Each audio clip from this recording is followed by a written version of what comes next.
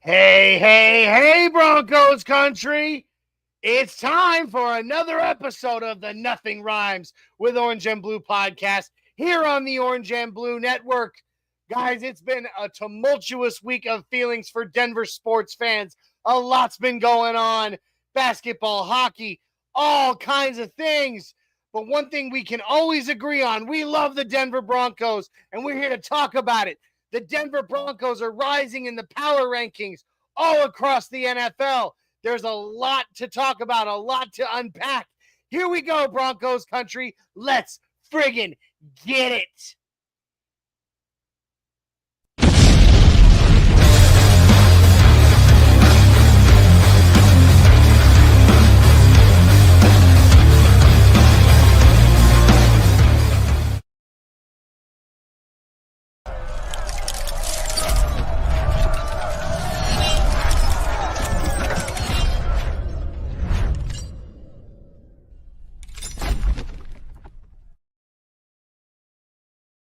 So smooth, the pins to chew, breaking down plays about to debut. Denver pride in every view, nothing rhymes with orange and blue. Bright lights of my heart in our view.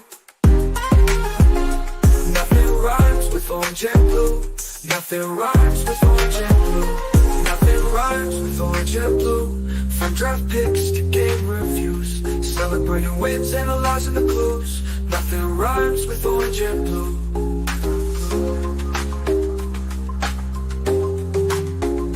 Nothing rhymes with orange and blue. No orange and blue. Nothing Rhymes with Orange and Blue podcast.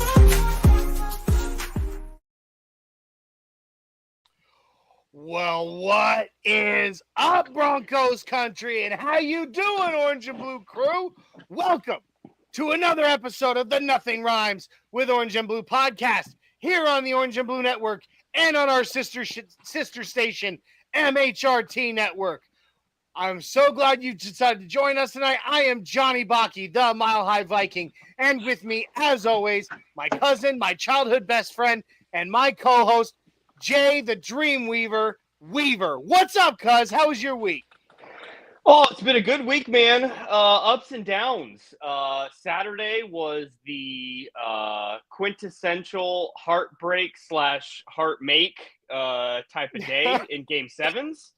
And that transitioned into last night being the vibes of all Vibe Fests for Denver sports with Mr. Eric Gordon. So, man, today has been a day of the national media taking recognition. And as we're going to talk about on this pod, the Broncos getting some national recognition as well. So Denver sports on the up and up. Let's go. On the up and up. And I mean, and yes, I'm in the same boat as you, cuz like Saturday night, I was all into it. I was so pumped. The Nuggets, clinched Game 7, not just clinched Game 7. They blew the Clippers out of the water in that game. Wrecked shit. Absolutely destroyed them. And it was a thing of beauty, and it was one of the greatest things I'd ever seen, was to do that to a team as good as the Clippers in Game 7. It was phenomenal. What did we have? It was the first game of ever where there was 6+ players on the same team with 14 or more points. Yeah. Just like overall in the postseason. Or no, not in the postseason, but in a Game 7. It was a perfectly put together game. And then to follow it up right after, to sit down and watch the most ironic loss I think I've ever witnessed, at least as far as Denver sports go. And I say ironic because that loss came at the hands of Mikko Rantanen. Yeah. And the guy plays for us for half a season, he played for us for many years, won a championship with us, was a cornerstone of this team. Obviously, we couldn't pay him, McCarr, and McKinnon, so we had to let somebody go. We let him go. And, of course, we would never, ever trade him in conference. So we trade him to Carolina, who flips him right around to Dallas. And then we have to face him in the postseason, and in the Game 7, the dude scores a hat trick on us and knocks us out of the playoffs. it was so ironic and painful. There really were no words for it. It was heartbreaking. The vibes couldn't be better coming off of the Nuggets game. And then right as that Nuggets game ended is right when that third period started off for that game 7. Yeah. And we were up 2-0. All was well. I was feeling great. And then literally the entire world crashed upon us as Avs fans. And it was reminiscent of, honestly, of a lot of vibes that I had last year for Game 7 for the Nuggets and Timberwolves. Y'all had this. Game. Yeah, you know better than anyone for that game. Like, we had it, and then we let it just slip through our hands last minute, and can't be a worse taste in our mouth. And that's why the power play coach was relieved of his duties today via press conference with Joe Sakic and McFarland. So that's the right move. Bednar's not going anywhere. That's, exactly what this team needs. Jared Bednar's still solid, but we definitely, I mean, there was so many opportunities in that game, Jay, to score on the power play, and we just let it. I mean, and all the of course, mad respect to Rantanen. I mean, he gets there, and the Stars' two best players on aside from him are out, and they managed to move on with him at the helm, and he did a wonderful job. And of course, I gotta give mad respect to Ottinger. The guy is one hell of a goalie, of a goaltender, and he deserves that. He deserves his his respect. But it did between the third period of Game 7 and the second period, I believe, of Game 6, Rantanen had 8 points in 2 periods. Yeah. Absolutely unacceptable. You can't have it. But as Joe Sakic said earlier today, we didn't lose because of Mikko Rantanen. We lost because of the power play.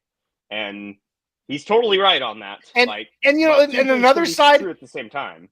Absolutely. And another side of the irony of that loss is the guy that, in my opinion, cost us the game, Jack Drury, the defenseman that we brought in that trade with me, the Mikko Rantanen trade, committed that absolutely terrible penalty with 4 minutes left to go.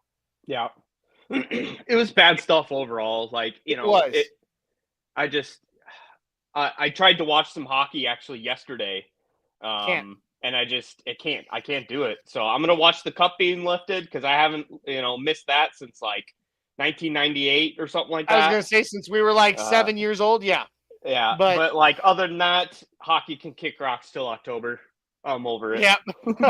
But of course, we have our NBA and as well. And, I'm right now I've got the Cleveland, Indiana game on right over here to, and Indiana's making a comeback on Cleveland right now. They're down by 6 with 7:12 left in the fourth. Well, but we're not talking about Cleveland. We're not talking about Indiana. We're talking about our freaking Denver Nuggets, baby. Represent. Yep. Because what a game! What a game one of the conference semifinals. Aaron Gordon getting that shot off with 3.2 seconds, and it representing the 32 number that he wears for his brother on his jersey. And then after post game, he brings his niece and nephews onto the press conference table after the game. Just, dude, you can't say enough. Like, I am so proud that he is a Denver sports icon, and I am so excited for his jersey, whatever number, to be lifted into the rafters. And under it, it needs to say Mr. Nugget, because there couldn't be a better Mr. Nugget than Aaron Gordon.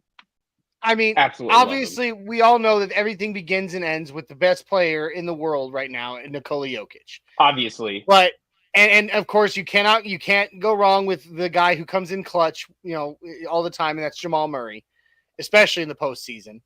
But Aaron Gordon is, in my opinion, second to Nikola Jokic, is the most important player on the Nuggets team. Yeah. And there's just something about him. He struggled so hard when he was down with Orlando.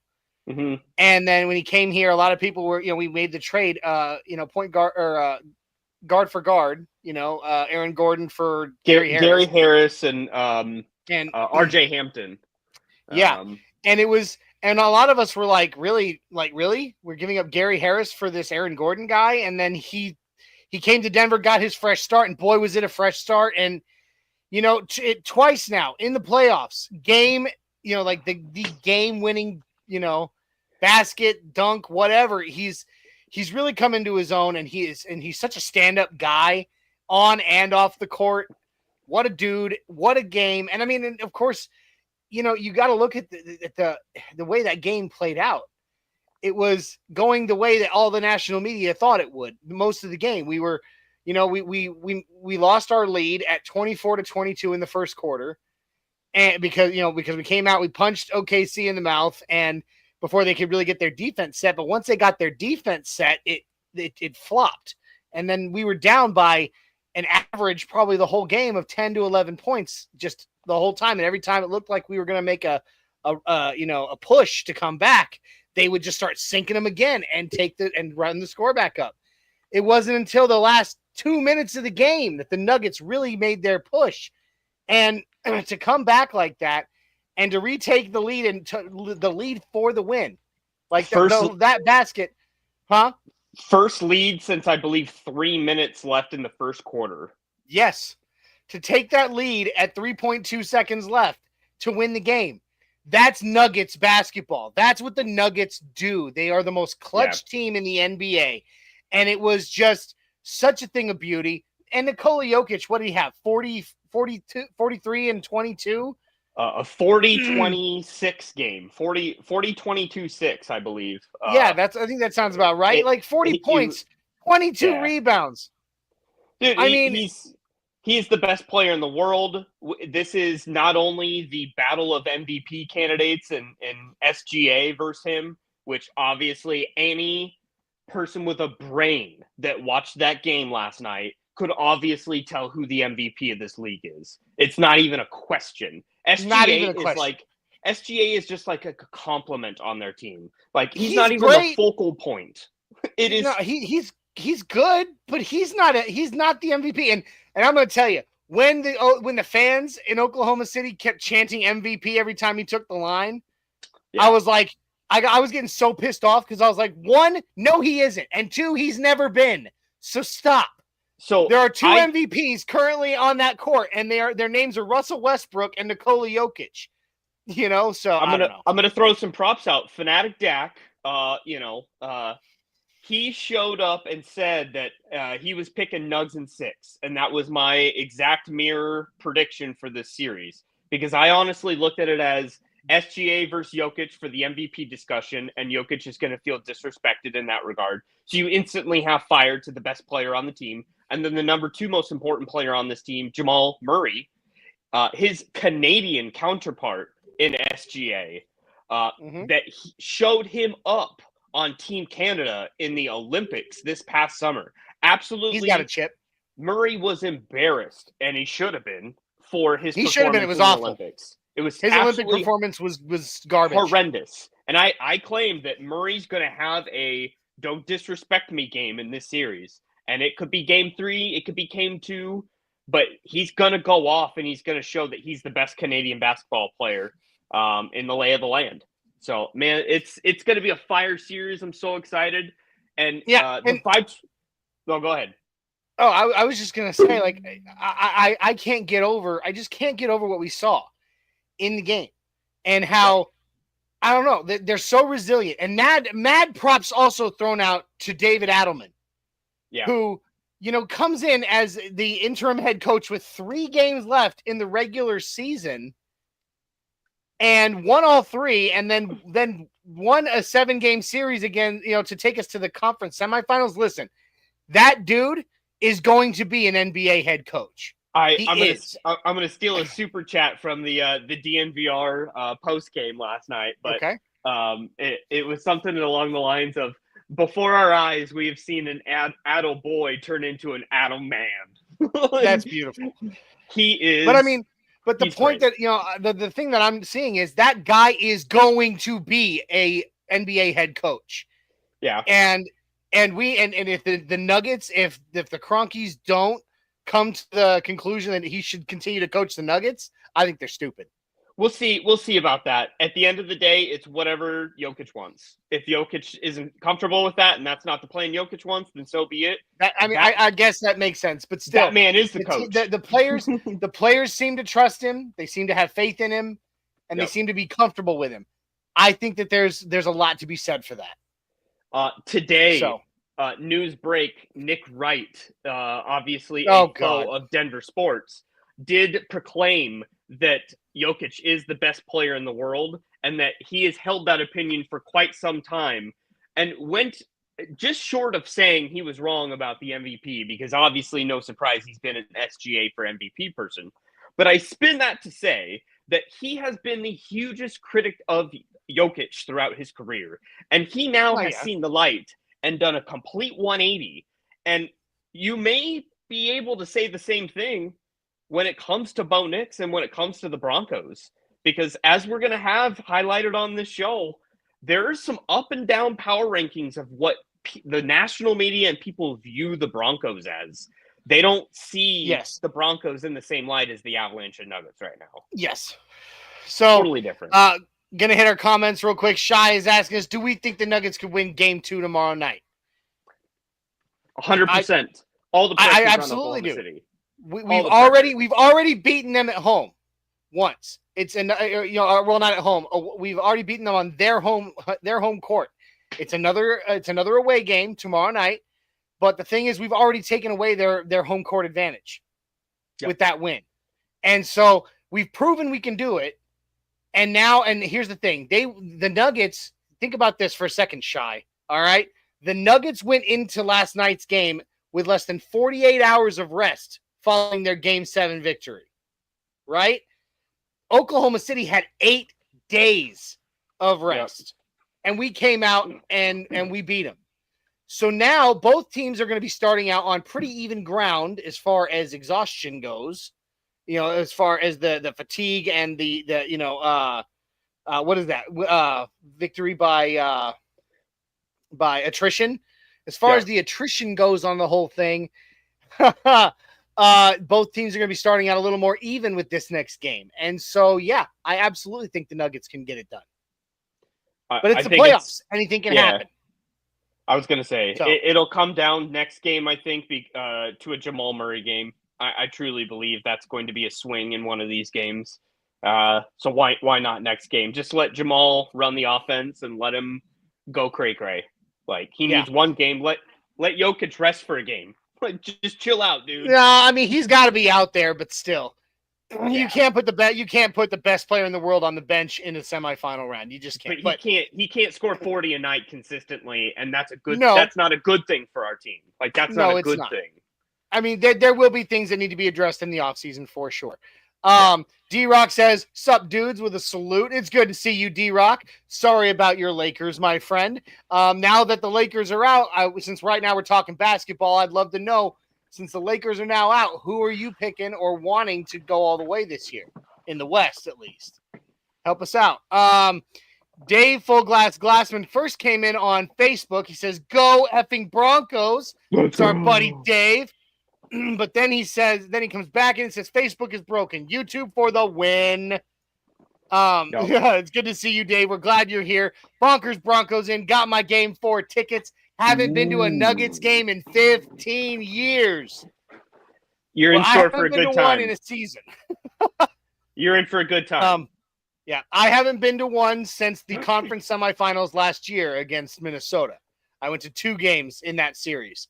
Actually, Jay and I, we were together. We went to game 5 together, and then I was at game 7. So it was a good time. It was definitely a good time. So get ready, man, because there's nothing like a playoff game, an NBA playoff game. It's the atmosphere is special. So all right, so welcome to the show, guys. Sorry, we kind of went off on a non-Broncos tangent for a minute because all around we are Denver sports fans, except for the Rockies. And so, we had to talk a little bit about, what we've been seeing, what we're so excited about right now. And I can't wait for tomorrow night. I know you can't, Jay. I got to talk all kinds of smack in the office today. That was nice.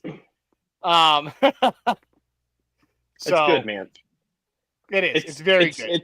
It's a proud time to be a Denver fan, and Broncos included, man, because like we're a hot D-Rock team. says, we're a hot team right now. Yeah, D-Rock says he wants it to be the Warriors. I mean, we're destined for a Minnesota-Denver final. I think so. I believe so. No disrespect to Jimmy Buckets, to especially no disrespect to Steph Curry, because I respect that player so much. I don't respect Draymond Green. I was about to say absolutely no respect for Draymond. Yeah, you can have. But beyond that, I don't think they're going to be able to get past Anthony Edwards and the Wolves, man. I just don't. He's insane. But we'll see, I suppose. So, guys, now we'll pivot to the real, to the actual show here. This is the Nothing Rhymes with Orange and Blue podcast. So, obviously, it's time to talk some Denver Broncos. Meat and potatoes. The meat and the potatoes. And we've been talking about the win last night, which was exciting. It was a hell of a dub. Got to show some love to the sponsor of tonight's show, which is how everybody here can go ahead and get their own dub. The link is in the bio below, and Jay's got it right there in his hand. That's Dubby Jitterless Energy Blend. And you can, like I said, the link's in the bio beneath. Check it out. Dubby comes in a multitude of delicious flavors. Every single cup of Dubby comes with 2 cups of coffee worth of caffeine. However, Dubby is special because you won't get the jitters or the crash later, because Dubby has no sugar. It also has no calories or maltodextrin, no fillers, no artificial colors. It is all natural. It's nothing but amino acids, B vitamins, nootropics to help keep you sharp throughout your day, and caffeine that is derived directly from the coffee plant. This stuff is absolutely delicious. Gets you the kick in the pants you need to start your day, get through your day, and not crash after. Great stuff. We both swear by it. So I'm telling you guys, go ahead, get yourself the dub. Check out our sponsor, and the way that you get yourself the dub for real is to punch in code NRWOB10. NRWOB10 will get you 10% off your order. Guys, go check out Dubby. You will not regret it. So, Jay, Denver Broncos time. Not a whole lot of news. Well, I'll tell you what I'm mad about, Johnny, is the delay in what rookie really numbers. grinds your gears? What grinds your gears? Delay in rookie numbers. I want to know who's where and what, and this is always such a because other teams are releasing their rookie numbers, and I'm really impatient. I want to know, what Barron's going to have, and what is Harvey going to have? I don't know. Things could go nuts. We know that at least some of these guys ain't gonna be able to wear the number they wore before, for sure. Jahdae Barron can't wear number 7. Sorry, bud, that one is truly retired. Yep. But then again, let's see, who is it? Pat Bryant wore number 84. Shannon Sharp's old numbers, and that's not retired. That's been a huge discussion around the pods. The pods is a bunch of retired number talk because of Shador, because of just the general discussion of that. And there's only as far as I know 3 truly retired numbers for the Broncos on the Denver Broncos, and that's John Elway, and then Floyd Little, number 44. And then Frank Tripucka Frank Tripucka and Peyton Manning with number 18. Yep. So, pretty much any other number is up for grabs. Obviously, we know that a couple years ago they laxed the rules on who could wear what number. So you can pretty much wear anything. Anything available. I guess we'll just have to see. Without it being official, there's always an unspoken culture around picking a certain number. For instance, Philip Lindsay asked Terrell Davis. He asked Terrell Davis. Yes. That is an honorary thing that, hey, if I'm going to do that position and it's a reflection of that past player, then You should ask for Yeah. permission, even if it's not You should. retired. And then, of course, there are other numbers that you just don't pick because of that franchise. Like, I'm sorry, nobody should be going out there wearing number 88. I agree. Demaryius Thomas's 88 may not be retired, but man, there is such a legacy behind that number. And, I get that the Broncos players die all the time, but there was something about his death, so young, so soon after our Super Bowl victory, all that just made it so much more painful for the franchise, painful for the fan base. And so, I don't think anybody should ever ask to wear number 88 on the Broncos. I would agree with you. I mean, I couldn't think of another person after Von Miller, but I guess there was Nick Vanette, tight end, wore 88 for the season after. You talk about 58? Oh. No, 88. Okay, 88. Yeah, you're right. Yeah. Yeah, you're right. And I didn't, obviously I think that was still when, DT was in Houston. Like he was still actively he was playing. still alive. Yeah. He was alive. I'm not talking, that was different. But now that he's gone, now that after the honor that they did of painting 88 on the sideline for the game against the Detroit Lions that year, and the really cool first snap of the game where they snap the ball, one player down, things like that whole thing, I don't think 88 would be a number that anybody should ask to be wearing. Understandable. If they know anything about Broncos culture. Yeah. So I don't know. I mean, I guess we'll find out. I'm assuming we'll probably find out this week at some point.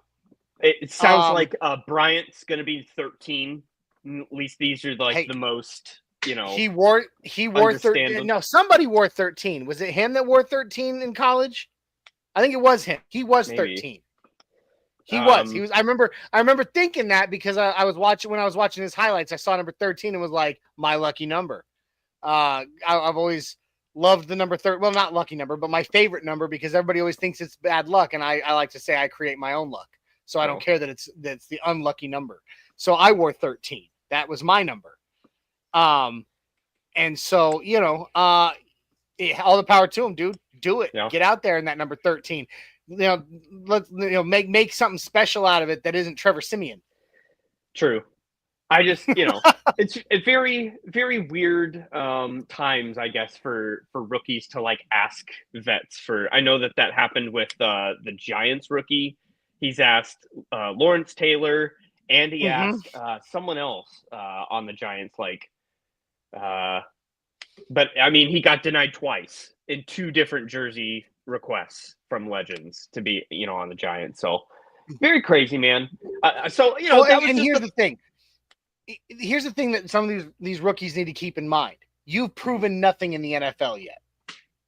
Right now, Phillip Lindsay going to Terrell Davis. Terrell Davis is just such a sweet guy. He's such a nice guy, period. Phillip Lindsay going to him at the same position, hometown kid. I think that's why TD was willing to say. He's a hometown kid. I think that's why TD was so willing to say yes early on, because Terrell Davis knows Colorado high school sports. He probably knew exactly who he was. Of course. But he idolized him growing up. That's his whole game actor. Veterans switch numbers too. Veterans do switch numbers when they become available. So, if you want to wear, for that rookie with the Giants, if you want to wear Lawrence Taylor's number, so then let me ask you out there. Yeah. Would you be fine with Barron saying I want 24? Yeah. I mean, it's tough. That's a tough thing to think about. But I mean, Barron's up to the snuff. He's going to be amazing. But again, he hasn't proven anything. So it would really come down to what does Champ Bailey feel about it, and do you actually have the balls to ask him? Now that being said, you go out there in your rookie season and you ball out and you show these legends that you're the real deal, and then you give them a call and be like, hey man, I would really appreciate being able to switch to your number next season. Would you be willing to let me do that? Then maybe they might, someone like Lawrence Taylor or someone like Champ Bailey might be like, you know what? I watched you last season. Well done. You know what? Go ahead. But for these Hall of Fame players, Lawrence Taylor, Champ Bailey, Terrell Davis, that they are Hall of Famers. These are legendary players we're talking about. And until you've proven yourself, that number is kind of sacred to them. So I'm sorry, I'm just filling in the blank. It was Abdul Carter, the rookie for the Giants, and he asked Phil Simms, their legendary quarterback, for his number. A pass rusher asking for the best quarterback in the franchise history. Although maybe Eli Manning, but that's nuts. That's crazy. No way. How dare he? How dare he? No way. Not a snowball's chance in hell. Not a snowball's chance in hell. Phil Simms is John Elway to them. Phil Simms is John Elway to them. That community. Yes. Same time he period. is. I mean, he wasn't John Elway, but he is a legend to them. Yep. So, craziness.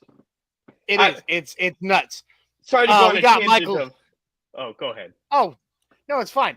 We got Michael Yost in the house saying, let's go, boys. Seeing the Nuggets are still winning. The Broncos are still winning. Denver is back on the come up. What we going over tonight? Well, Michael, we're just talking Broncos. The main theme of the show tonight will kind of just be talking power rankings because, while we haven't really gone up or down in some NFL power rankings have really shifted for us. And that means the national media is starting to put some respect on a name. Yeah. So we're going to talk a bit about that, but whatever we want to talk about, you guys want to throw something in the comments you want to talk about, help us drive the show because there's not a whole lot coming out of Dove Valley right now. There really isn't. I would like to take a moment and talk about, for those that didn't catch it, go on over to Predominantly Orange. I put up an article this week talking about our new tight end. I don't know if you got a chance to read it, Jay. I hope you did. I wrote an article, just shy of 1,000 words. It's I felt like it was a very, very informative article about this young Lohner, buck right? coming out of Utah, about Caleb Lohner. Yeah. Yeah. I want to talk a little bit about him. First, though, I would love to show you this. This is so for those that don't know, most who watch the show regularly know I'm a veteran. And most probably know at this point that I'm also a disabled veteran. And so I don't walk so good due to some wounds and injuries I sustained to the ankle. So I walk with a cane most of the time. And my new cane came in this week. Oh, wow. Oh, yeah. It's beautiful, handmade wood, vinyl under a clear coat. But the coolest part of this, the handle, this is an NFL officially licensed Denver Broncos billiards ball, a pool Interesting. ball. On the top here, they put a bolt in, put it into the handle. So now everywhere I go, man, I'm walking with my Broncos. That's crazy. And the other thing I love about it, with a pool ball on the end of a stick, this thing's a club. I was gonna say, walking around with a weapon there. You dang right. Oh wow! But wow, that's pretty nice. I was very thank you. I thought so. My only qualm, and this was for those that I don't know if there's anybody in the chat or watching after the fact that's handicapped, needs a new cane, and is looking for something like that. The walkingcanecompany.com. That's where it came from. I gave them good reviews. However, my only qualm was that the vinyl that made the wording and the striping on there was not sealed. There wasn't a clear coat on it. So when I first got it and started walking with it, I noticed that one of the letters started to peel up a little bit. So I had to go out personally and buy some polyurethane and seal it. Now that that's done, it's perfect. Otherwise, I mean, it's a great company, the Walking Cane Company. They don't sponsor the show, but hey, free review, Matt, free plug. Shout out to them. Yost, my buddy, coming in saying a pimp named Bronkbach. Oh wow, Bronkback. Broncos bonkers. Don't use that cane in vain.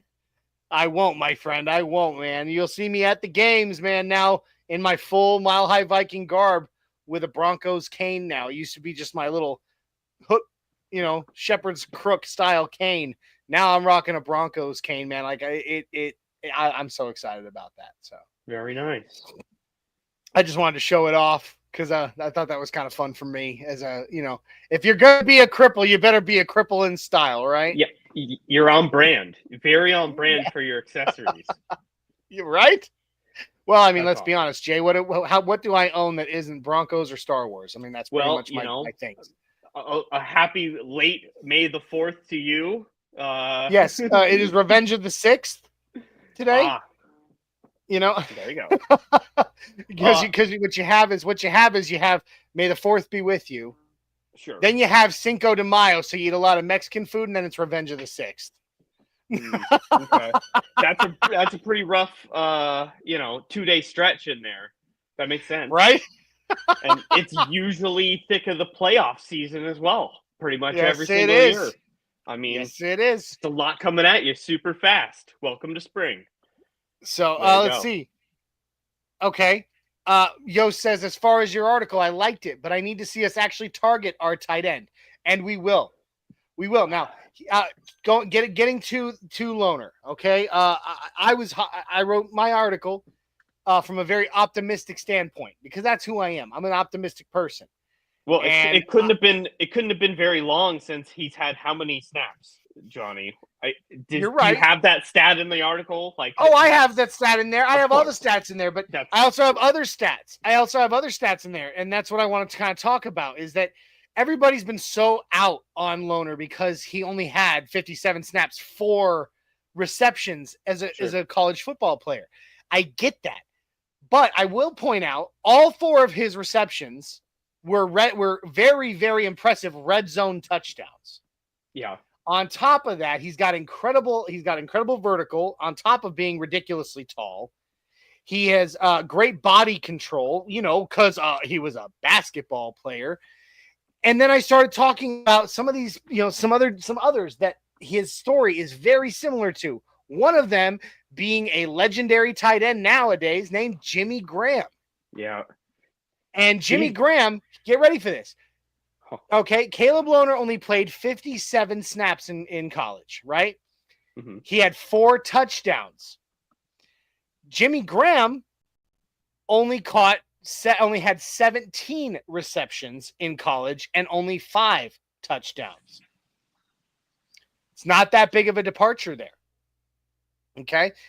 Another one, and I tried to make a point of this after the draft in our group chat, especially, was that you got to remember another tight end that may not be a legend, but he is a prolific name in Broncos country. And that is a guy named Julius Thomas.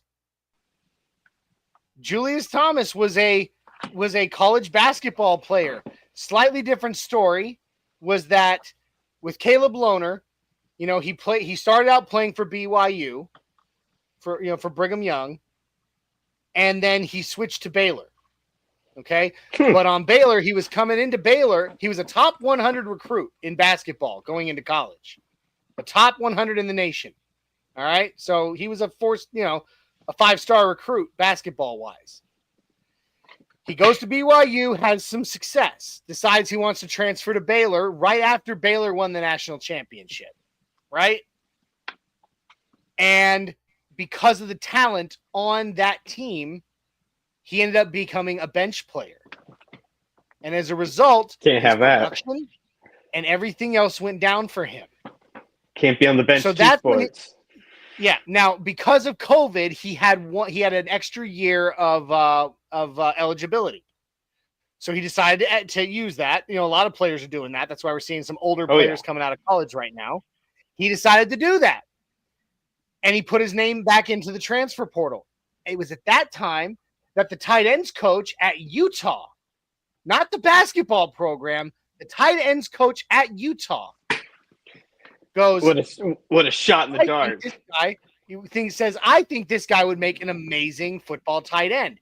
And they recruited him, and he transfers to Utah to play football. He scored a touchdown against the Buffaloes. Yeah, he did end up ultimately playing basketball for Utah as well. So he played dual sports in this last season, but he was recruited to Utah to play football.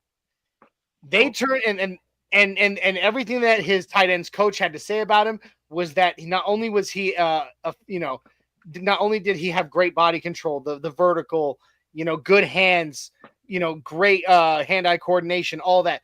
But he also was just saying his work ethic is second to none. When the whole, he was saying that when the whole team, because, he knew he was coming into this game, with a bit of a handicap, obviously, that when the whole team would leave for the day, he'd remain on the field for up to an hour playing, taking passes from the launcher and doing and working on his footwork and everything else and learning the playbook. He is a workhorse. He wants to learn. All of those things, I'm sure, are the traits. And so I said in my article, were the traits that Sean Payton was looking for when he decided, I want him. Yeah. So I'm just saying, I like the kid. I think he's got high potential. He does. Basketball players really come into the NFL and just be ballers. I think he will be guaranteed some red zone plays. I think you're going to draw something up at least for him. Because that's what he's still. Right. I mean, he can box anyone out: linebacker, defensive back, safety. It doesn't matter. Like he's tall. A crazy athlete. Like he's a basketball player. Real quick, Jay, I just want to pull. Say this right now. There's 27. This is so reminiscent of last night. Right now, there's 27.5 seconds left in the Cleveland pace, Indiana and Cleveland game. It is 119-116. Cleveland over Indiana. With 27 and a half seconds left. Tyrwise having a heart attack. I know, man. I know. But anyway, so I really like Caleb Lohner. I think he'll be something special. Maybe not right away. Yeah. Maybe not this season. I mean, you're going to put him in behind a game, one of the best tight ends in the NFL right now in Evan Ingram. He gets to learn from him. He gets to learn from Sean Payton. And he gets to, build some confidence and everything. I think that by his sophomore, campaign, he could be something on this team. I mean, that's the same exact reasoning I had for taking someone like Fandon Jr., like what we had in the third round of the mock, like a flyer on a project tight end that you just bury in the sand until Evan Ingram's done.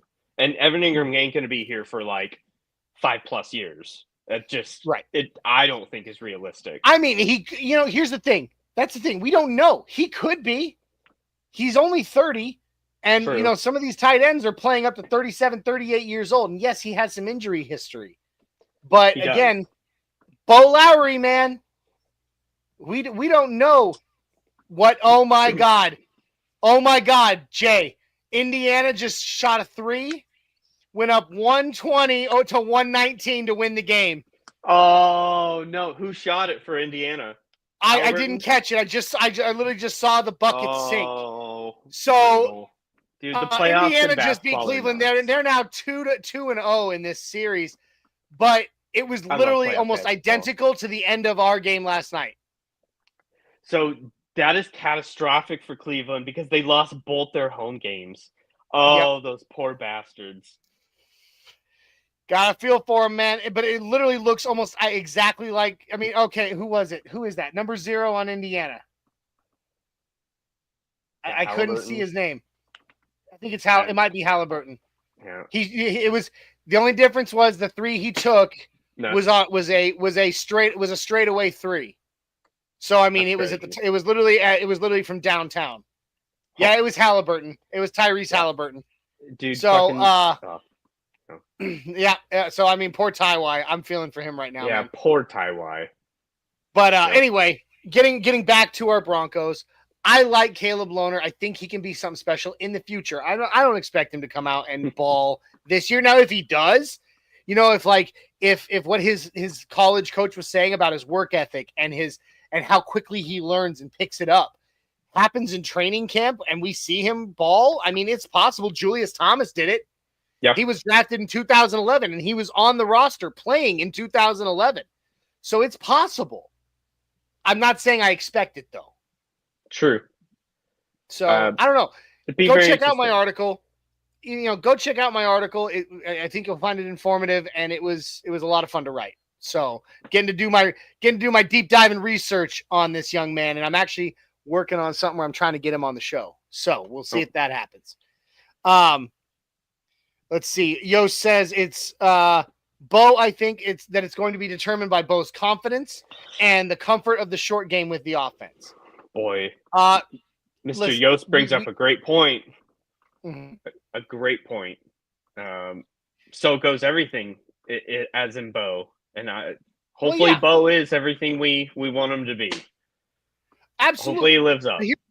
Here's the thing. We know from his time in Oregon, he is very comfortable in the short game. If you give him the right players that can play the short game, you give him a good tight end that can take, like Evan Ingram that can take the middle of the field for him. He is very good at making passes. And he as he was doing with Ferguson in Oregon before, Bo came to the Broncos.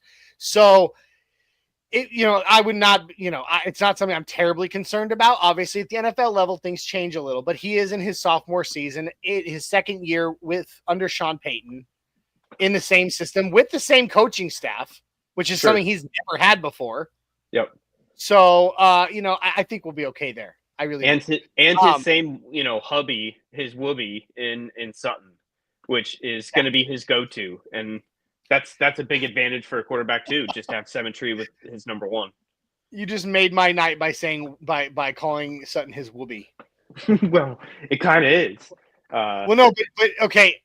In Army terms, and I know that Yost is watching, so he's going to understand. He knows exactly what I'm talking about. There is a piece of equipment that all soldiers have. It's their poncho liner.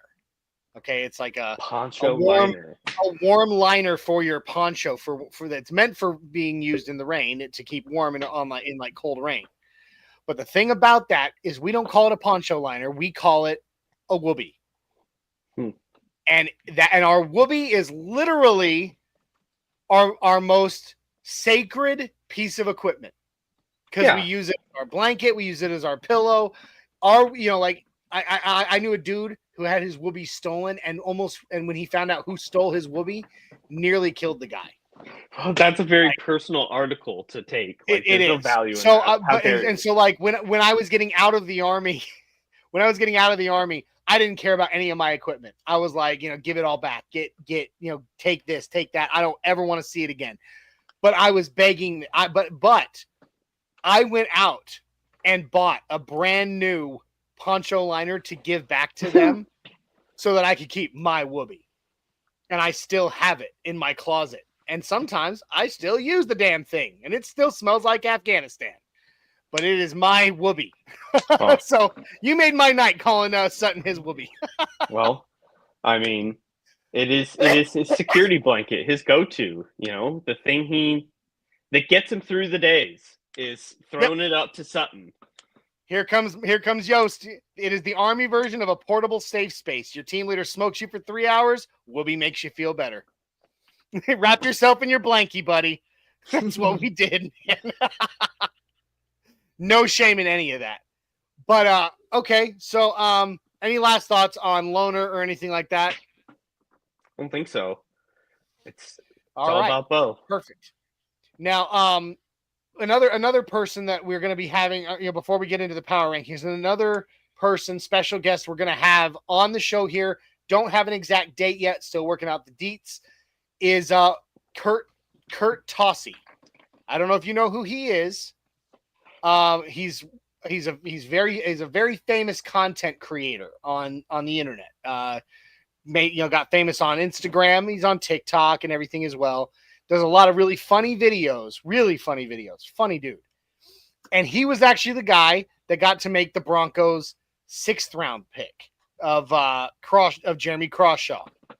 Like he was at the draft, and the Broncos let him make that pick. Okay.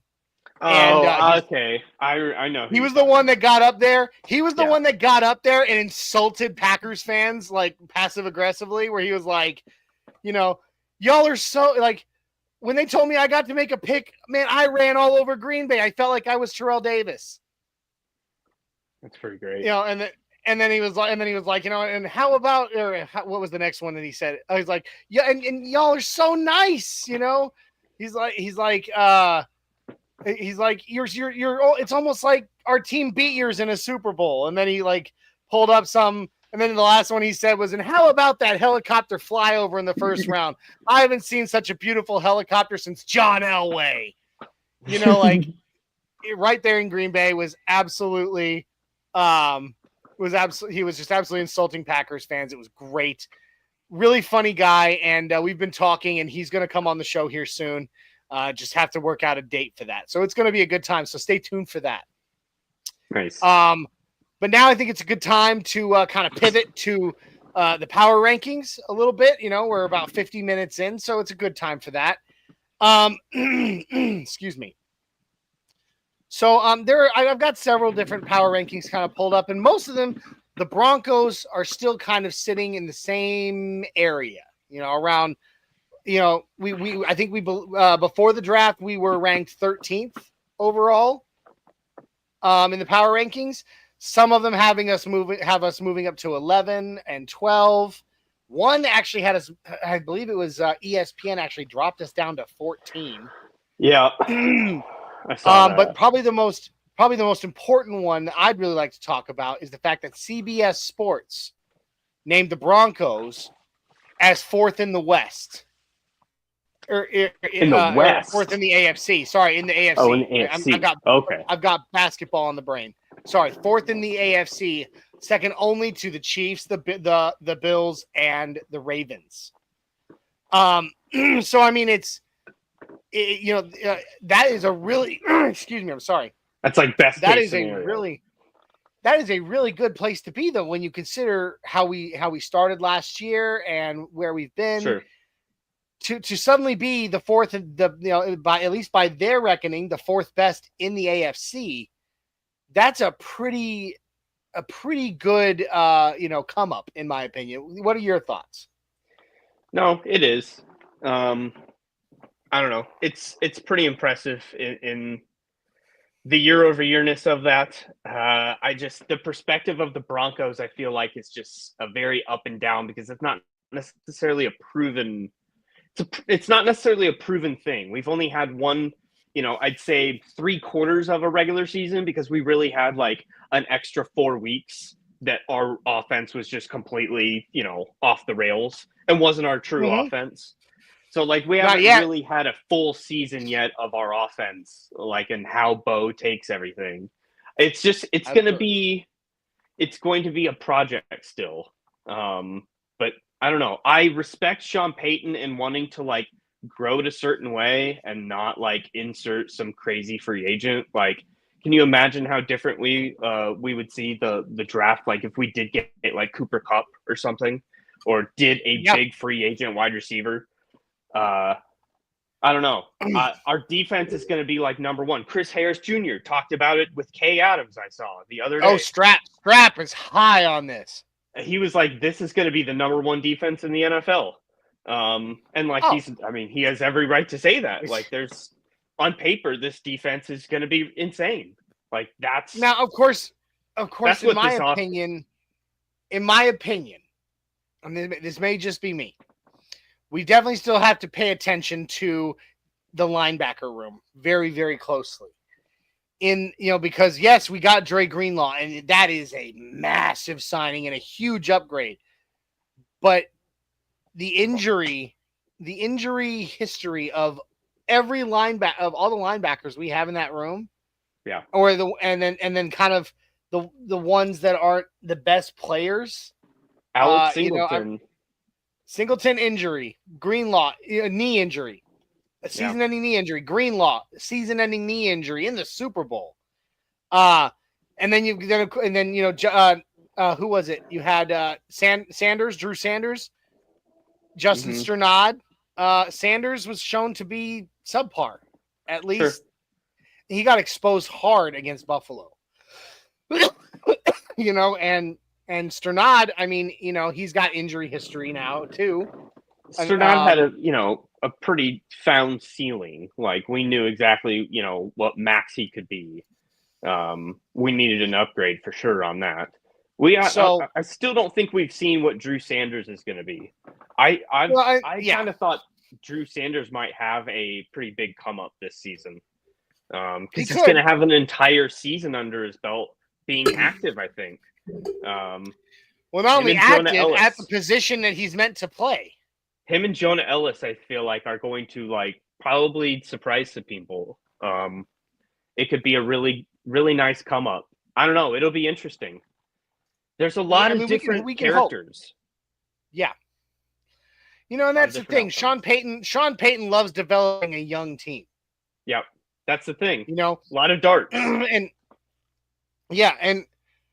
let me see. Okay, Richie Rich coming in saying we will not do as well as we think. Interior defensive line and inside linebacker issues. No, I agree with you and disagree with you at the same time, Rich. I think as long as everybody stays healthy, we will be a force to be reckoned with. I think but Malcolm if there's an injury at inside linebacker, if there's an injury at defensive line, then we're gonna have to really get concerned. Well, we've been very lucky in injury department for the last 2 years. Our injury rate has been pretty up there. It's been the best in the NFL. It's been the lowest injury rating in the NFL. And knock on wood there. I mean, absolutely. I'll knock on it right here. That's like, it keeps coming up red and you just are like, I'm going to pick red. The chances are, like, is it going to be the same thing? It's really hard to tell when it's going to swing the other way. But you also can't forget to pay attention and have faith in trends either. Because mathematically speaking, trends are a quantifiable mathematical, scenario that you can pay attention to. And so, I mean, I'm not saying nobody's going to get hurt because that doesn't happen. Okay, it doesn't. That's kind of what I'm. There's never been a season. That's what I'm saying. Like, yeah, there's never been an NFL season for any team where they didn't have a player or 2 or 5 go down. What I am saying is that compared to what it used to be under Lauren Landau, Bo Lowry in the house now running things, it's taken a turn for the better. He is showing that the way that he is doing things, that his staff is doing things, is keeping this team healthier in the long run than it used to be. So it is something to have faith in. And so, like I said, I think that this defense absolutely will be a force to be reckoned with. It's a matter of if dudes get hurt. That might change the game a bit. We got Clayton Heron popping in the house saying, hey guys, what's up, Clayton? Glad to have you in the house tonight. Howdy ho, Clayton. He says, smash that like button and share, guys. And yes, he is absolutely right. If you have not already, please like, subscribe, share, comment on YouTube, Facebook, X. Check out the audio version of our podcast wherever you find your favorites. Also, we are partnered with sister stations, if you will, with MHRT Network. So please do them a solid. Like, subscribe, share, and comment over on YouTube, Facebook, Twitter, Twitch, even on Instagram. We'd appreciate it very much, guys. But it's very good to have Clayton in the house tonight. Richie Rich coming in. We need a bigger dude on the interior defensive line. He's not wrong. But, no. I mean, Malcolm Roach will be just fine for the purposes of what we need him. And, like, I feel like DJ Jones is still going to be good. Like, we need another guy, like, for, different packages of, like, 4-3. When we have to play teams like Buffalo. When, running Baltimore. Double tight end sets are really rough because our linebackers are, very thin as well. So, but we also do have, we also do have a better strong safety, which will help a lot in the run game. That is true. We finally have a safety to go back, go into the box and flex. We have go downhill and flex. Safety help to be able to do that for a while. TJ Ward Thorner, just like, let's go. It might be awesome to see Hufanga turn into the TJ Ward role of just, be able to blitz a little bit more and have some more pressure. Terrific stuff. Some strong safety blitzes written up just for him. I mean, I'm excited. And how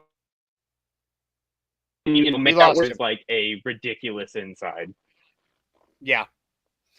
It's going to be, I mean, it could, there's a lot of things that could happen. It's, it's still just too early to tell. It's just still too early to tell. But on paper, you're right. We have gotten better. And this defense, and, to Michael's point, to Yost's point back here, I'm confident in our secondary abilities. I'm really looking forward to seeing how we implement our 2 edge rushers. If we convert them to defensive end, I want to see every QB under pressure to throw. I mean, this secondary is going to be the best secondary in the NFL, in my opinion. I feel like there will be a lot of coverage sacks. So, we're going to be able to have quite a bit of pressure organically with, a 4-man rush. Just because of what we can do in man. If we can switch to man and just take out the top, 2 targets of an offense. Mm-hmm. Crazy flexing we can do. Yeah. Yo says backups need to be locked and ready to be called up. I know that's kind of a no crap statement, but we need to have everyone ready to move up and fill those slots with ease. And here's what I have to say. Sean Payton expects and garners excellence from every player on his team. It's how he was able to take a Saints squad that had Drew Brees and pretty much no other star talent to a Super Bowl and win it. Yep. Was because he gets the best out of every player on his roster. So, I mean, I think they'll be ready to do exactly what you're saying, Yost, especially since a lot of these guys are now going to be a lot more comfortable and ready in his system and VJ's system. The continuity of it all. It's going to be good, in my opinion. Shai Vargas saying Dre Greenlaw is injured now. Well, yes, but here's the that injury report overblown. So overblown, man. They're like he tore his quad, and so listen, medical standpoint from a medic. I'm right here.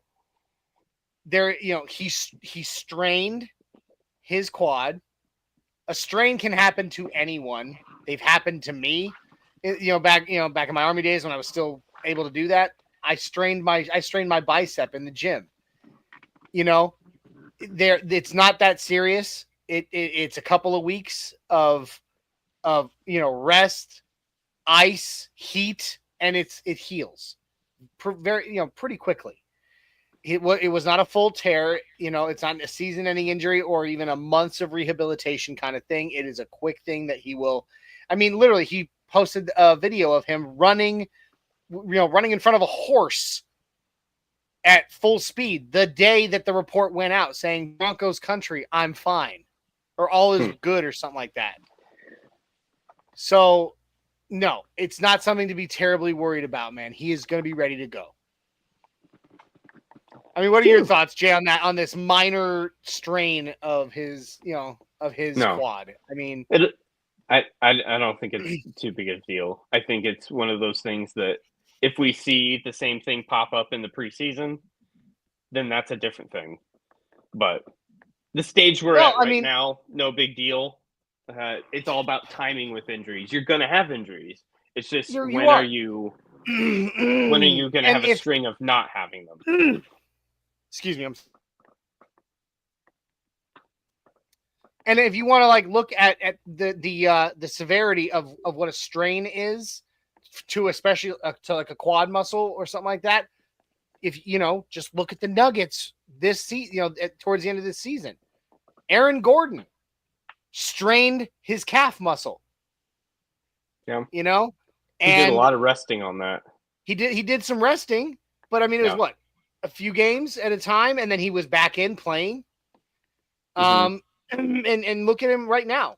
I mean, not even 2 months later, he's putting away teams in the NBA playoffs. So I mean, it's not as serious as a lot of people made it out as they made it out to be with that initial report. It was way overblown.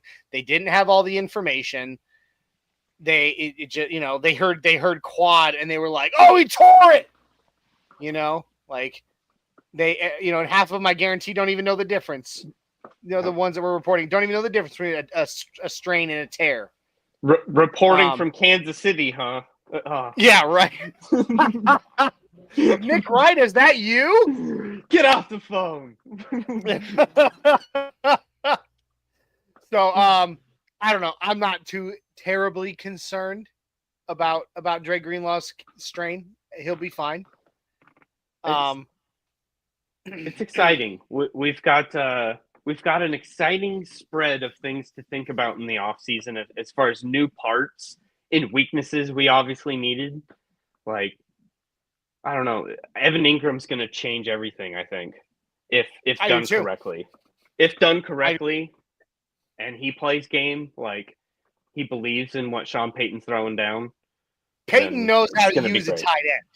Yeah, Payton knows how to use a tight end for everything that they're worth. Yeah.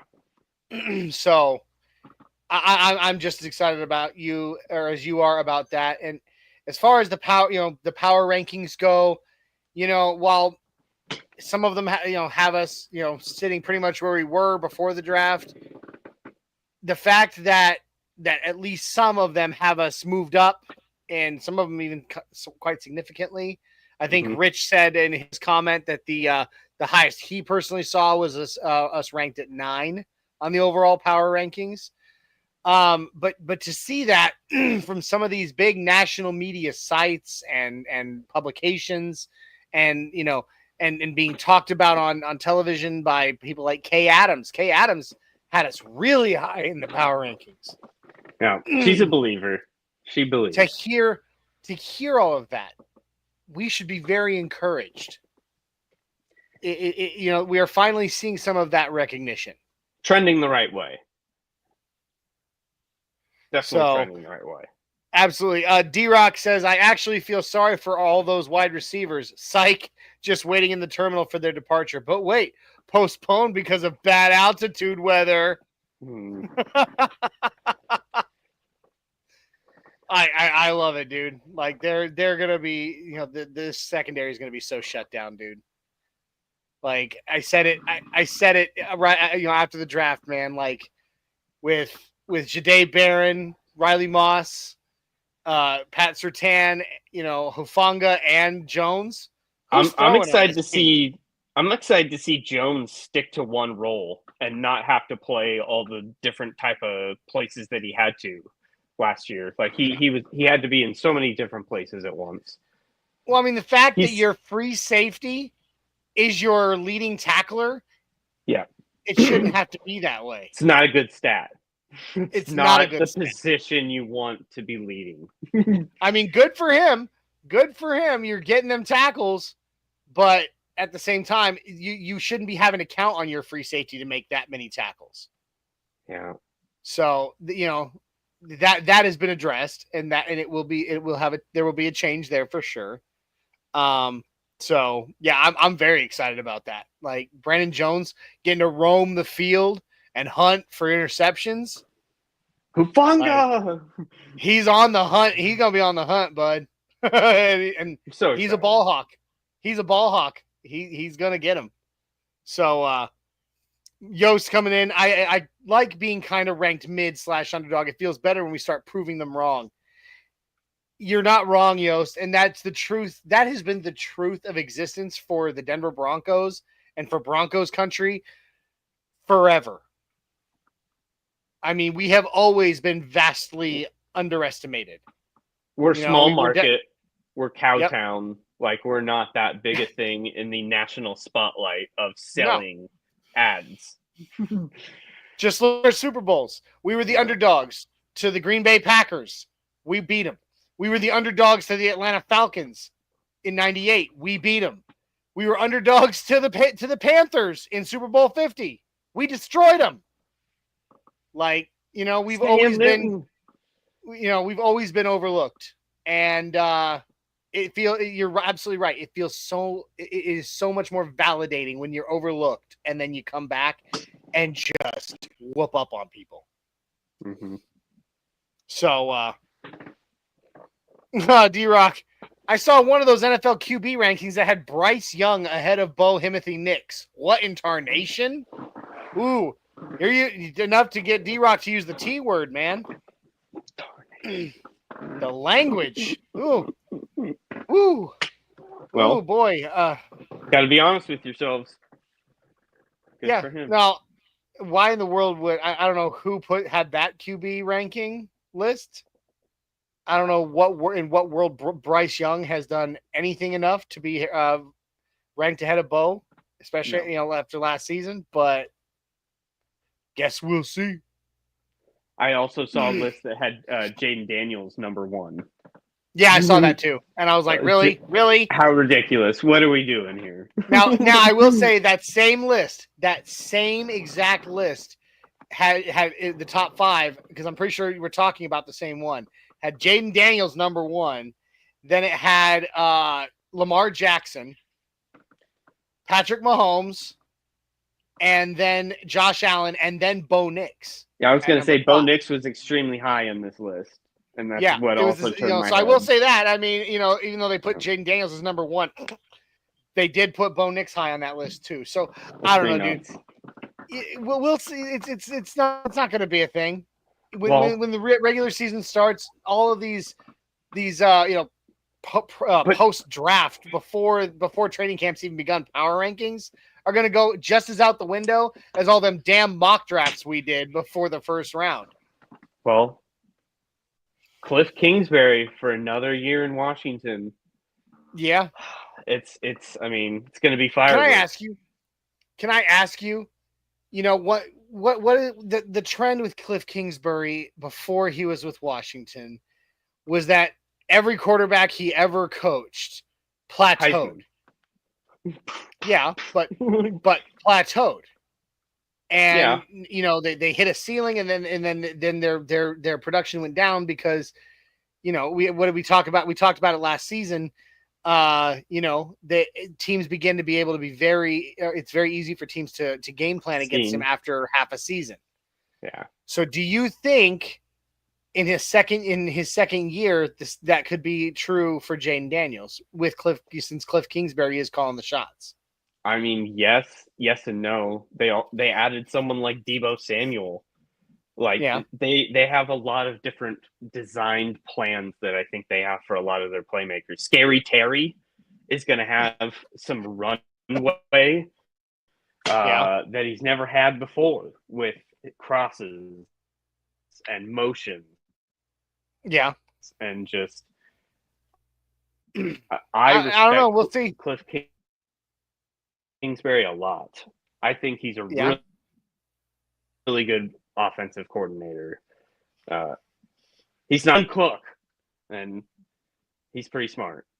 If you're drafting fantasy football players, if you want like high floor NFL like gambles for the next year, Washington's not a bad pick because their offense is going to go nuts. Their defense might suck, but they're going to score points.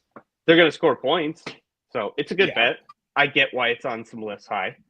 But there's also a couple that had May in New England higher than Bo Nix, which I think I saw that travesty. Travesty. Yeah. That's it's disgusting. It's disgusting. There's no middle ground. There's so wild, variants of where Bo Nix appeers. So there's not a consensus because we've had such a small sample size. Yeah. And on that same list where we, like I said, that you mentioned with Jaden Daniels is number 1, Bo Nix is number 5, Caleb Williams was all the way back at like 12. It'll be very interesting. There were 2 teams I think in the draft that just kind of added everything in the kitchen sink, and that was the Patriots and the Bears. Like they had a lot of movement in the draft. Ben Johnson in Chicago is going to light that city on fire finally. I think Caleb Williams is in for a great year. I think Chicago is going to be really good. Yeah, I think they're up and coming. I think they're up and coming for sure. I don't know. They got Luther Burton, dude. Luther Burton. I know. And oh my god, they got him. They got him and Travion Henderson, didn't they? Yep. So they got some good pieces there. No, they didn't get Henderson. No. Henderson went to New England, I believe. They got one of them. Who did? Yeah, they did. Was it Omari in Hampton? No, he went to. He went to Wanted to say San Diego. I still call him San Diego. the Chargers. Yeah, he went to Yeah, the Chargers. The Chargers. Yeah, Chargers going to Charger. Yeah. Who cares? Yeah, nobody, not even your own fans, because you have none. Yeah. Game update. About halfway through the second quarter, it is 30-20 right now. Golden State over Minnesota. Wow. So, last thing I want to ask you, Jay. We've had another week or so to really kind of digest some of these picks that we made in the draft a couple weeks ago, and I want to know, R.J. Harvey, are you excited about him? I am wildly excited for him because he is going to get into a role where he can't fail. He's not going to be asked to pass protect. If he's out there, he's a weapon. Whether it's like out of the backfield and he motions into slot, or he stays in the backfield and runs a route, he's not going to need to, protect Bo Nix. He needs to just get open. And I think he's going to have a great dynamic play call for him. Sean Payton's cooking things up for that position. Alvin Kamara was just ridiculous when he first came out. And that's where we're headed. And so excited. I'd love to point out a lot of those that have some concerns about RJ Harvey are concerned about his size. But I'd love to point out again, I've done it previously, that he is almost identical in size to Ashton Genty. Yeah. Who everybody was saying is going to be this. I'm not saying that RJ Harvey is going to be the generational talent that we believe Ashton Genty will be. But, for those that were screaming and pounding the floor for us to move up in the draft to get Ashton Genty, you should not be concerned about the size of RJ Harvey because they are the same height, very only 5-pound difference in weight. And their speed was within, I think, 0.2 of a second of each other. So the struggle that Harvey's going to have compared to Genty, though, is that Genty's going into a position where he's going to get fed the ball so much. He's going to get 25 carries a game. Because he's all that the Raiders have now. There ain't no way Harvey's getting more than 5 to begin with. No, you're right. He'll be used in coverage. You're right. You're absolutely right. But I'm not saying you can. They're honestly, Genty to him, it is kind of an apples and oranges comparison in a lot of ways because they are they're very different players in terms of their play style. But I'm just saying when it comes to the concerns about size and build and all that, he's pretty much exactly the same as Ashton Genty. Identical. I've watched his film now probably 15 times. His the long highlights reel, the one that's 15, 16 minutes long. And I mean, not only does his, there are two aspects of his game, at least his run game, that just make me so excited to have him here. And that let me see why Sean Payton and George Payton decided to pick him instead of Caleb Johnson or instead of these guys. One is his acceleration. Okay. And of course, when I'm talking about acceleration, I'm not talking about top speed. Okay. Because, top speed is one thing. That's, he can get run down once he gets into a defensive backfield. They can run him down. His top speed may not be the fastest, but his acceleration is explosive. And when I say acceleration, I'm from slow to suddenly fast. Mm-hmm. His acceleration's absolutely insane. He is very patient. He waits for that hole to develop, and as soon as he sees it, from slow to fast, he's through that hole. And then, of course, his contact balance. Yep. The guy has a low, wide center of gravity and just bounces off tacklers. He's going to be a phenomenal back in shotgun. That all this tells me is that we're going to be in shotgun a lot more than we were before because we have a perfect running mate now with Bo. It's going to be great. I think it's going to be a new playbook. Yeah, that's the thing is that Bo can be absolutely He can absolutely play well in the pocket. He plays great in shotgun. He plays great in pistol. It just it opens up. So many. Having a runner like RJ Harvey, it opens up so much in our playbook. He might start out a little rusty. He's going to be a rookie, but it's going to allow us a lot more leeway in terms of the play action, and in terms of, just taking pressure off of Bo Nix, having to always escape, having to always run the ball. Yeah. It takes a lot of pressure off of him, and that's what I'm excited about. Yost says here, it's not the player, it's the playbook.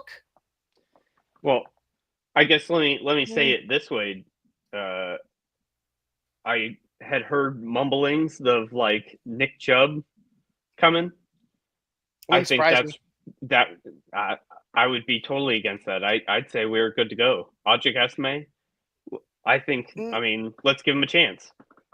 Well, I say that, I agree, because that I've been high on Estime. Regardless of what the backlash I took for that, because I said that during Denver Broncos media battles that I believed Audric Estime is going to find his footing. Well, I do love him. It would not surprise me if they go bring in, because we got a second wave of free agency coming out. It would not surprise me if a veteran back was brought in to supplement the room, to help teach some of these young guys. I don't know. Because I feel like that's what, Audric Estime's role should be then. Like, it's kind of one or the other. Maybe not. But his experience is limited. True. And I think they might be, and let's be honest, the experience of all the running backs in this room, the most experienced running back we have is Jaleel McLaughlin. Oh, whoa. And I mean, that there you go. Coming off the tongue. Now that I've said it and you've heard it, there you go. That's the most experience in the running back room in the NFL that we have is Jaleel McLaughlin. Tyler Bidet, way less, a season less than Jaleel. Blake Watson hasn't seen enough of the field. And Audric Estime, struggled in his rookie season. Mm-hmm. So again, I would not be surprised to see a veteran back be brought in free agency. That would be interesting. Interesting that's a position that can still, there's some wiggle room. There's some things that could be done. Quick update. Golden State is now up 36-22 over Minnesota with 6:07 left in the first half. Last comment here from Michael Yost. He says, we have seen abysmal run plays that drive us all crazy. I think most of those run plays were good in theory, and it just was not well executed. Yes, and I think we abandoned the run a lot, or we did last year. I feel like we need to be more committed to, running the ball and creating some rhythm with some guys instead of like going like every third carry, someone subbing in and out. I don't know. It doesn't let you like run the ball very well. And like Nick Chubb ain't gonna, it's not gonna work for him. That's not the kind of running back he is. No. No wonder we didn't take Johnson out of Iowa. That's who he is. Like, he needs carries to. He's the bell cow. And he is a bell cow back. He's an every down back. We were never going to get one of those. Well, no, that's not the type of game that Sean Payton plays. Yeah. Even though I know that my saying that is about to make Yost have an aneurysm in the comments. Yeah. It will always be, as long as Sean Payton is our coach, there might be a running back that gets 60% of the carries, but there will always be a committee system in place. That's just how Sean Payton plays, calls the running back position. Yeah. So, Yost then says, we have the most money in the NFL. Let's put it to use and offer Saquon a deal that he couldn't refuse. Full-on Godfather coming in here. Make him an offer he can't refuse. I donated to my local Walmart. Thank you very much. Yes, indeed. The only thing about that, Bud, is that the Eagles would have to be willing to part with him because he's under contract. We could offer him all the money in the world, but he is under a signed contract that he cannot break. So the only way to make that happen would be to get the Eagles to surrender his contract, no matter what we offer him. So I don't know. I want to hit your last comment there, Jay, before we get out of here. You donated to your local Walmart. Is there anything more satisfying than going to Walmart and seeing Kansas City Chiefs fans and Raiders fans walking around shopping? I've literally walked up to a few of them before and been like, "Thank you for supporting the Broncos." Like, it's so satisfying knowing that, you know? It is. I mean, that is an interesting turn of events that I never predicted in Broncos history, that we would team up with Walmart. Yeah, I mean, it's just, what a weird turn. Would you have guessed that when we were kids? Hell no. But then again, when we were kids, Jay, I saw the Bolin family owning the Broncos forever. Yeah. You know, I didn't foresee that the children of Pat Bolin were going to be such, Dinguses. Devils. Yeah. And that, with Pat Bolin's death, that this team would fall under the control of Joe Ellis and and a trust for so many years. It's a whole thing. It's a whole thing of Broncos history, of like the ins and outs of why we are where we are. Like So what we're saying is a boys' trip to Philly with some chloroform and a tank of gas, and we just steal him. Shanghai Saquon Barkley. He wakes up in the Broncos locker room wearing orange and blue. Don't think that it would work that way. It'd be fun, but it'd be kind of like stealing a mascot in college, I think. D-Rock says, small but reasonable hope. Beat KC in KC. It could happen. Hey, we came this close. I mean, this close last year. It'll happen. And then Yo says, we just need to pay the refs better, D-Rock. Toss them some of that Walmart money, yeah? Listen, ref, you call a fair game against the Kansas City Chiefs, we'll give you a $1,000 shopping, or a $10,000 shopping spree at your local Walmart. Here's a gift card. Yep, here's your gift card. It's time to roll back. D-Rock, big but reasonable hope. AFC West champs. I think it's reasonable. It's big, but I do think it's reasonable. So we'll see.